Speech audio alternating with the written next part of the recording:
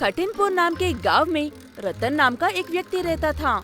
रतन एक बड़ी सी दुकान से ढेर सारे चिप्स खरीदकर उन्हें एक रेडी पर रखकर स्कूल्स और बस स्टॉप्स में बेचता था।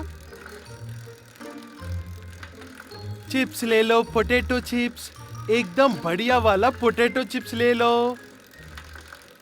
ऐसे रतन अपने पोटैटो चिप्स बेचता था, लेकिन वो दुकान से खरीदे हुए 2-3 दिन पुराने चिप्स होने से रतन को जानने वाला कोई भी नहीं खरीदता था। जो नए लोग खरीदता है, अगर वहीं खड़े रहकर चिप्स खाने लगा तो वो लोग रतन को ऐसे ताने मारते हैं। गरीब आदमी हो, ईमानदारी से काम करते हो सोचकर चिप्स खरीदा था, लेकिन तुम तो एकदम घटिया आदमी निकले। ऐसे बसी चिप्स बेचते हुए शर्म नहीं आता है तुम्हें? रतन चुपचाप उन लोगों की बातें सुनकर वहाँ से चला जाता है। ऐसी थी रतन के दिन। फिर एक दिन रतन को अपने गांव से फोन आता है। वो रतन के मामा थे, जो उसकी शादी के लिए चिंतित थे और एक मजबूर और अकेली लड़की से उसकी शादी करवाने की बात कर रहे थे। रतन अपने मामा को उसकी परिस्थिति के बारे में बताता है और शादी करने से इनकार करता है, लेकिन रता के मामा कहते हैं कि उस लड़की की हालत रतन से भी ज्यादा खराब है। रतन अपने मामा की बात को मना नहीं कर पाता, इसलिए बिंदु नाम की लड़की से शादी कर लेता है। तुम्हें मामा जी ने सब बता दिया है ना बिंदु। अगर मैं तुम्हारी कोई ख्वाहिश पूरी ना कर पाऊँ तो मुझे माफ कर देना। मामा जी ने मुझे सब कुछ बताया है जी। अब से आपको उस बड़ी सी दुकान से बसी चिप्स खरीदकर बेचने की जरूरत नहीं है। मुझे चिप्स बनाना आता है। मैं आपको ताज़े और गरम चिप्स बनाकर दूंगी। आप उन्हें बेचकर 2 पैसे कमा लेना। ऐसे रतन की पत्नी बिंदु रतन की हर काम में मदद करने की कोशिश करती है और उसके लिए गरम चिप्स बनाकर देती है। रतन उस चिप्स को बेचने के लिए तो जाता है, लेकिन कोई भी उससे चिप्स खरीदने के लिए नहीं आता है।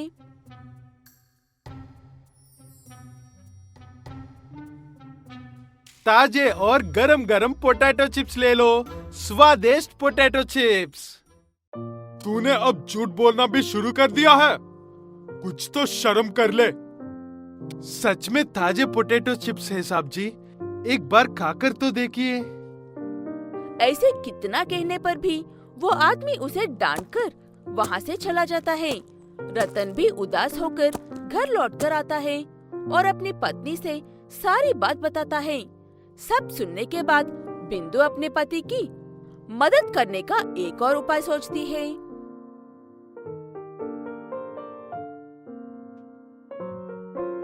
हमारे पास एक छोटी सी रेडी होती तो हम चिप्स को लोगों के सामने ही बनाकर बेच सकते हैं। ऐसे करेंगे तो किसी को चिप्स ताजे हैं या 2 दिन पुराने हैं, इस बात का साबुत दिलाने की जरूरत नहीं है। मेरे एक दोस्त के पास पुरानी रेडी पड़ी हुई है, मैं एक बार उससे रेडी मानकर देखता हूँ।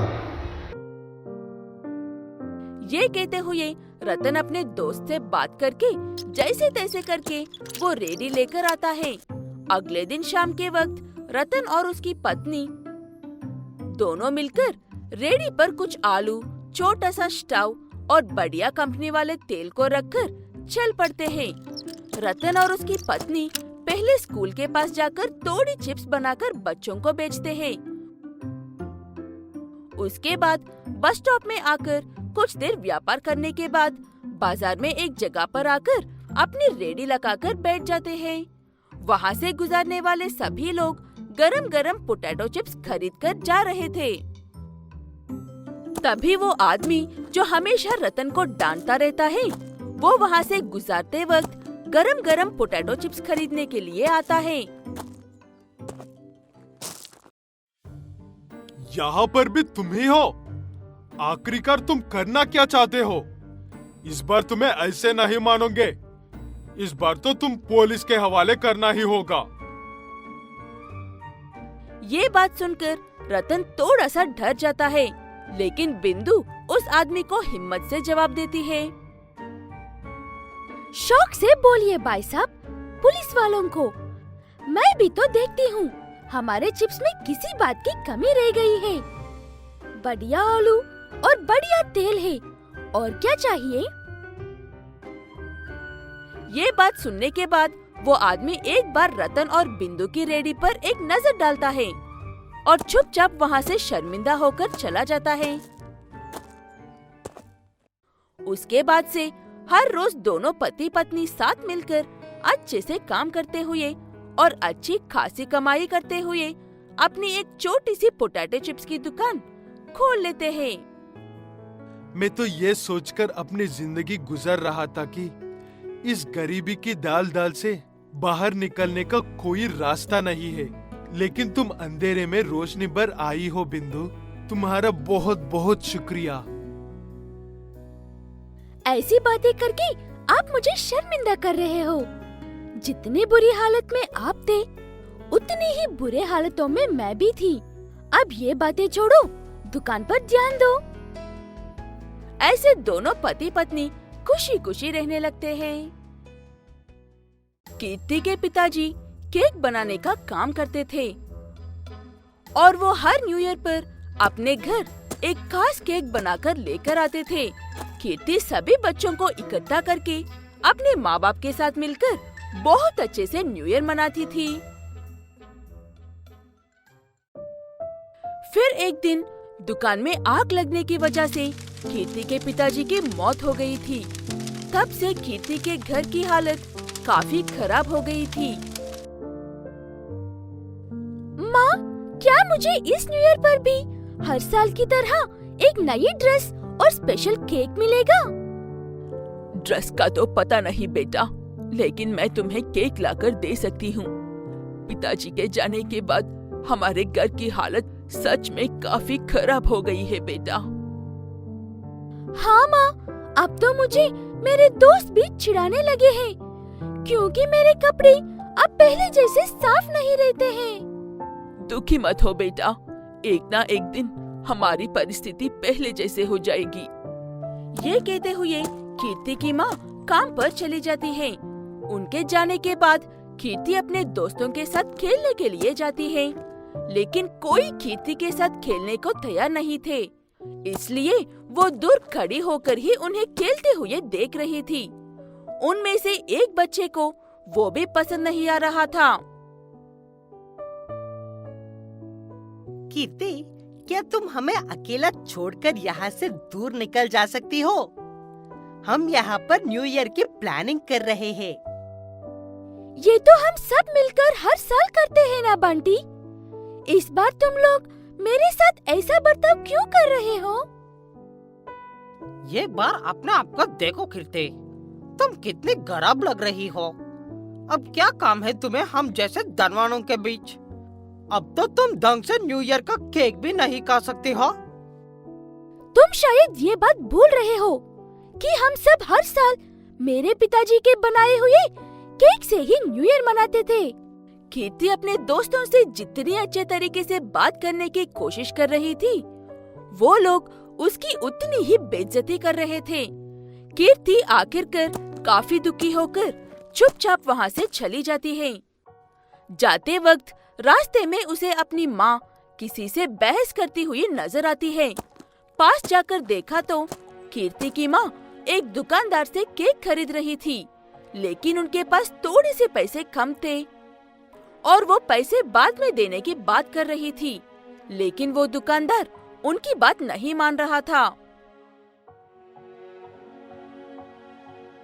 तुम्हारे पास कल के खाने को कोई ठिकाना नहीं है और तुम पैसे बाद में देने की बात कर रही हो। जाओ जाओ यहाँ से।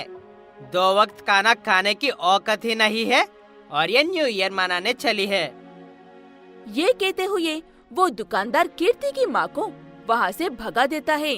दोनों माँ बेटियाँ उदास होकर घर लौटती हैं। माँ, हम गरीब हैं तो क्या हुआ? क्या गरीब लोगों को न्यू ईयर मनाने का हक नहीं होता है? मेरे सारे दोस्त और बाजार में वो दुकानदार, सभी लोग हमें ऐसे बेइज्जत क्यों कर रहे हैं? वक्त की बात है बेटा, इस जमाने में लोग इंसान की हासियत के हिसाब से बर्ताव करते हैं।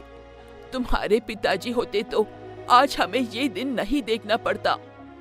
पिताजी के बारे में बात निकलते ही कीर्ति को अपने पिता का एक लाल वाले बैग के बारे में याद आता है। इसलिए कीर्ति झट से उस बैग को लेकर आकर अपनी माँ से उस बैग के बारे में पूछती है। मुझे नहीं पता बेटा, इस बैग में क्या होगा। मैंने कभी खोलकर नहीं देखा। शायद तुम्हारे पिताजी के कपड़े होंगे। इतने दिनों से बंद पड़े उस बैग को आखिरकार कीर्ति खोलकर देख ही लेती है। उसमें किसी के कपड़े नहीं, ढेर सारे पैसे भरे पड़े थे, जो कीर्ति के पिताजी ने किसी वजह से छुपा कर रखे थे। उतने सारे पैसे देखकर कीर्ति और उसकी माँ हैरान हो जाते हैं। उस बैग में पैसों के साथ एक चिट्ठी भी थी। उस चिट्ठी में एक बात साफ साफ लिखी थी कि वो सारे पैसे कीर्ति और उसकी माँ के लिए है। पिताजी जानते थे कि अगर उन्हें कुछ हो जाए तो हमें काफी मुश्किल होने वाली है, इसीलिए उन्होंने मरने के बाद भी हमारा साथ नहीं छोड़ा।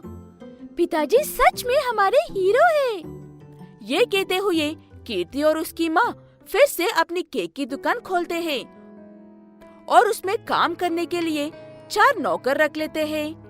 कीर्ति के पास पहले जैसे पैसे आ गए हैं। ये बात जानते ही उसके दोस्त फिर से उसके पास आते हैं, लेकिन तब कीर्ति उनके साथ नहीं रहना चाहती थी। मुझे तुम जैसे दोस्तों की कोई जरूरत नहीं है।